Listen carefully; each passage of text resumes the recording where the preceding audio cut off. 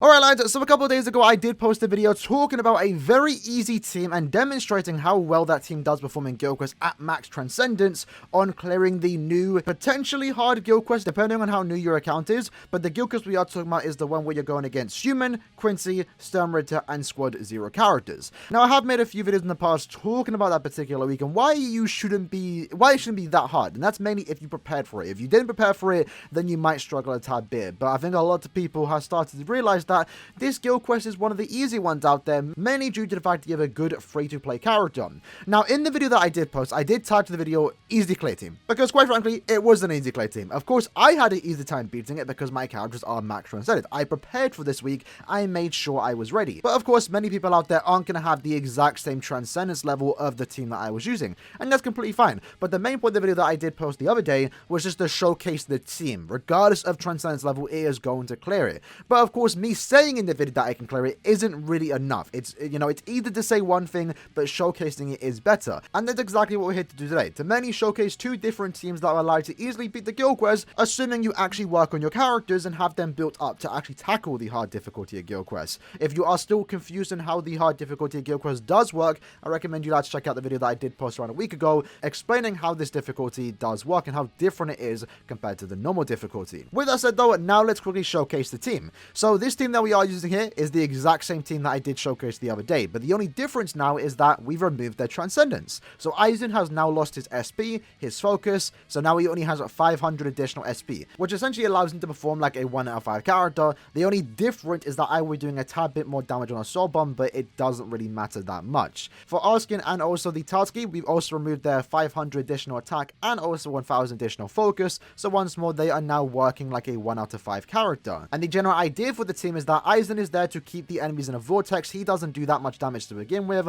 Arskin is there to do a lot of damage against the final boss, also potentially debuff the first and final boss, while Tatsuki's there to keep the boost active. So what we have actually changed up between the max transcended and non-max transcended team is that because we were able to clear fast on the max transcended team, we gave Tatsuki full NAD links. In this case though, we can't really do that. We need to make sure that boost is always active, so instead of rocking NAD links on Tatsuki, we've now given her recharge links. And that will essentially allow her to be immune to poison and also keep stacking the boost whenever it's available. So with our team sorted, let's jump into the run. Alright, so let's commentate over this run because I have already recorded it. So again, what we're going to do here is use Aizen's SA2. Now, because Aizen isn't going to be doing that much damage, we want to save that SA3 and also SA1 when we go into the next wave or when the vortex isn't available, because we want to make sure our characters aren't getting hit, and we also want to kind of make sure that they aren't focusing on the mini-mobs.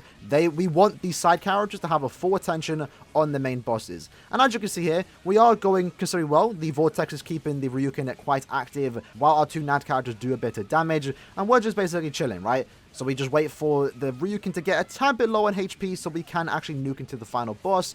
Just nuked into Ichibei. His defense is now weakened. We're going to focus on the little mini-mobs while our Arskin and Tatsuki finish up the Ichibei. And as you can see here, it's going pretty well, right? We've just got a couple more seconds left as we just slowly chip away at the HP. And boom, 8 seconds to spare. It's a 1 out of 5 team. Very, very simple. Now, of course, this team could get a lot faster if you gave them 1000 additional focus, which is easily done with Tatsuki since she is a free-to-play character. That additional 1000 focus really does go a long way, and if you are someone that doesn't own someone like Arskin, for example, then you can bring another good NAD character. Preferably, you want to try and bring a hard character, especially if you are working with 1 out of 5 characters, since that extra damage from attribute advantage does definitely go a long way. Someone like the Stark that a lot of people trash on is definitely good for this particular Guild Quest, since the current boss is currently mined. Additionally, for our Tatsuki, there was no need for us to bring a mined version. We could have brought a heart version, where she would have been doing more damage against the final boss, and we could have cleared a tad bit faster. Additionally, it's also worth mentioning that my characters were T20, so that's very, very important. The team can only beat it at T20, and that's what free-to-play players need to work on. If you aren't bringing a max transcended team, or a team with any transcendence level past 1 out of 5, for example, you really need to compensate that with good links, accessories, and also link slots in your characters. My Arskin, Aizen, and Tatsuki were T20, and that's why we were just able to beat it. If you're using the exact same team with the exact same accessories and links that are T10, you're probably not going to be able to beat the Guild Quest. With that said though, we are not done the video just yet. We have a second team to showcase where we are using 2 free-to-play characters. So what team are we actually using? Again, once more, we are using the same Aizen leads, 1 out of 5 basically, and instead of using Arskin, we're now using a second Tatsuki, a Heart Tatsuki. I have given a level 10 attack just for the sake of this video, and we have given her the following links and accessories. She is going to be our recharge character, mainly to keep the boost active so our other Tatsuki can do more damage. Keep in mind, this Mind Tatsuki, we have now given her the additional 1000 focus and 500 attack, so she's now working like a max transcended character, which again is something that a lot of people can easily replicate because she's a free to play character. Alright, so looking at the run then, again, very similar strategy. We're going to let both Tatskis just go at the bosses while we keep the boss in a vortex so they don't get hit. Now this team actually performed again pretty well, mainly due to the fact that we do have a max transcended Tatsuki. If you are someone that doesn't own a max transcended Tatsuki, my advice would to get 2 Tatskis, 2 out of 5. 500 extra attack, 1000 additional focus. That would definitely help you out, do a bit more damage. And keep in mind, our Heart Tatsuki wasn't 2 out of 5. She was only 1 out of 5, so she only had the additional 500 attack. But what you can see here is that we are clearing really quick. We had 27 seconds to spare with 2 free-to-play characters and a 6th anniversary Aizen. Now, if you don't own Aizen, you can just bring another Vortex character, Safui Shunsui, 5th anniversary Byakuya, Kisuke, for example, would all work in City well, and their main purpose, again, is just to make sure that the enemies can be kept in place. Of course, Aizen's weekend does help us out just a tad bit, but we had 30 seconds to spare. You have a lot of other options you can use here. You don't have to bring Aizen, but make sure that whatever main character you are bringing does have that weakened defense, because it will mean that you can clear the final boss significantly faster.